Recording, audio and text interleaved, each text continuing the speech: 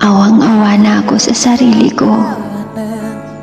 Kasi kahit pagod na ako ay nakukuha ko pa rin habulin ka. Kahit na binabaliwala mo na ako. Awang-awa na ako sa sarili ko dahil dinaig ko pa yung pulubi sa kakalimos ng oras at atensyon mo. Para na din akong sundalo na kahit imposible ay lumalaban pa rin ako hanggang dulo. Dahil sa pag-aakala ko na maipapanalo kita sa laban na ito. Pero bakit ganon? Kahit anong laban ko ay talo ako pagdating sa'yo.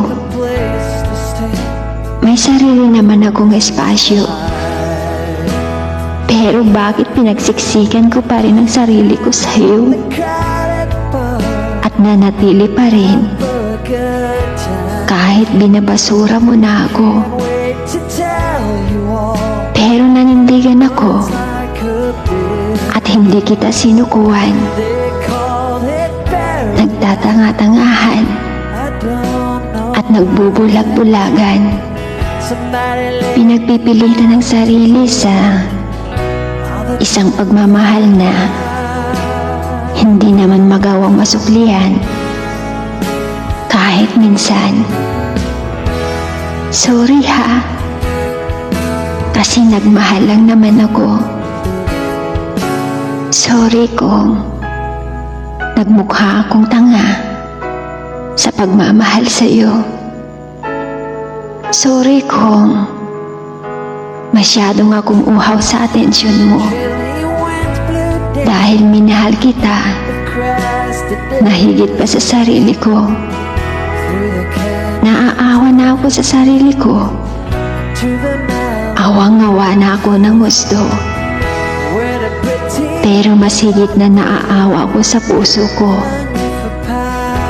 Dahil walang ibang hinangad kundi ang mahalin ka ng buo. Kasi buong-buo ang puso ko nang ialay ko ito sa'yo.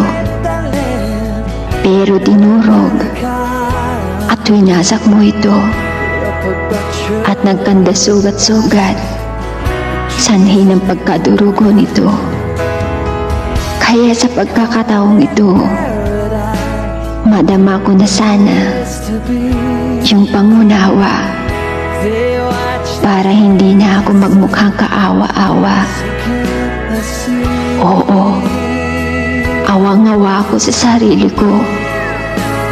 Pero mas naaawa ako sa'yo dahil sinayang mo ako na handang gawin ang lahat.